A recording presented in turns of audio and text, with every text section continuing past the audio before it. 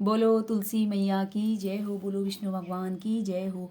आज कार्तिक महात्म का 7वां अध्याय है। नारद जी बोले, हे राजन, कार्तिक मास में व्रत करने वाले के नियम सुनिए। यह मैं आपको संक्षेप में बतलाता हूँ। जो मनुष्य कार्तिक मास का व्रत करता है वह सब तरह के अमीर, उर्द, मधु, राई, खटाई तथा मादक वस्तुओं का प्रयोग न करे। यह व्रत करने वाला दूसरे का अन्न ग्रहण न करे, किसी से द्वेष न करे तथा तीर्थ के अतिरिक्त अन्य कोई यात्रा न करे।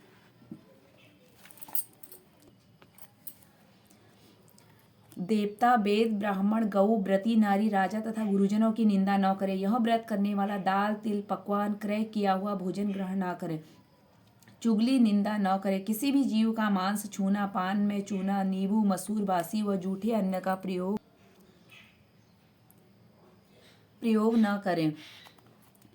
चुगली, निंदा न करें। किसी भी जीव का मांस, पान में चूना, नींबू, बासी, जूठे अन्न का प्रयोग ना करें। बकरी, गाय तथा भैंस के दूध के अतिरिक्त किसी अन्य पशु का दूध कभी भी न प्रयोग में लाए। तांबे के बर्तन में रखा हुआ पंचगव्य, बहुत ही छोटे घड़े का पानी, केवल अपने लिए ही पका हुआ अन्न प्रयोग करें।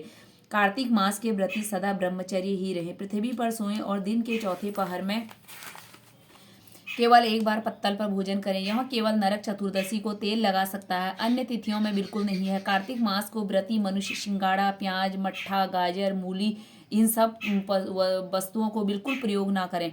लौकी, मट्ठा, काशी फल, तरबूज, इन सब वस्तुओं का कार्तिक मास का व्रती बिल्कुल भी सेवन न करें। यह मासिक धर्म वाली स्त्री से चांडाल, पापी, ब्राह्मण, द्रोही और नास्तिकों से बिल्कुल बातचीत न करें।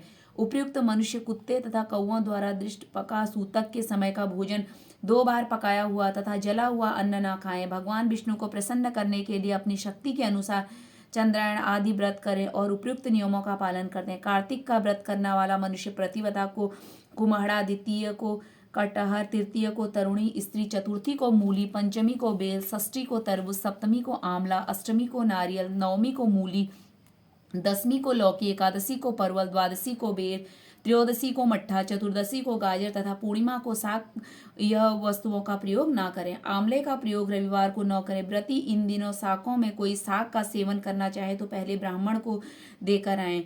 यही विधान माघ मास के व्रत के लिए है। देवोत्थानी एकादशी में पूर्वोत्तर विधि के अनुसार नृत्य, जागरण, गायन, वादन आदि करो। इसका विधिवत करने वाले मनुष्य को देखकर यम के दूत जैसे सिंह की गर्जना से हाथी भाग जाते हैं। कार्तिक मास का व्रत सब व्रतों से श्रेष्ठ है। इसके अतिरिक्त जितने भी व्रत यज्ञ हैं वह 1000 की संख्या में किए जाने पर इनकी तुलना नहीं कर सकते, क्योंकि यज्ञ करने वाले मनुष्य तो केवल स्वर्ग में ही जाते हैं, किंतु कार्तिक मास में व्रत करने वाला प्राणी सीधा वैकुंठ को जाता है। जगत में जितने भी शक्ति मुक्त आदि क्षेत्र हैं, यह सब कार्तिक का व्रत करने वाले मनुष्य के शरीर में निवास करते हैं और बुरे सपनों, वाणी, कर्मों तथा किसी प्रकार का पाप हो, यह सब कार्तिक का व्रत करने वाले प्राणी को देखने के साथ ही भाग जाते हैं। जिस प्रकार राजा की रक्षा उसके अंगरक्षक करते हैं, उसी प्रकार कार्तिक मास का व्रत करने वाले की रक्षा भगवान विष्णु की आज्ञा से इंद्र आदि देवता करते हैं। कार्तिक मास का व्रत करने वाला मनुष्य जहाँ कहीं भी रहता है वहीं पर उसकी पूजा होती है, उसका यश होता है। उस स्थान पर जहाँ भी वह रहता है भूत, पिशाच आदि कोई भी नहीं रहने पाते हैं। विधि सहित कार्तिक मास का व्रत करने वाले मनुष्यों का पुराणों का वर्णन भी श्री ब्रह्मा जी भी नहीं कर सकते हैं। यह व्रत संपूर्ण पापों का नाश करने वाला, पुत्र, पौत्र और धन धान्य को बढ़ाने वाला है। कार्तिक मास का व्रत करने वाले मनुष्य को तीर्थ जाने या तीर्थ की सेवा करने की कोई आवश्यकता नहीं होती। इनको सब प्रकार के पुण्यों का फल केवल इस व्रत के करने से ही मिल जाता है। तो आज की कथा यहीं पर पूर्ण हुई। बोलो विष्णु भगवान की जय हो, बोलो कार्तिक महात्म की जय हो।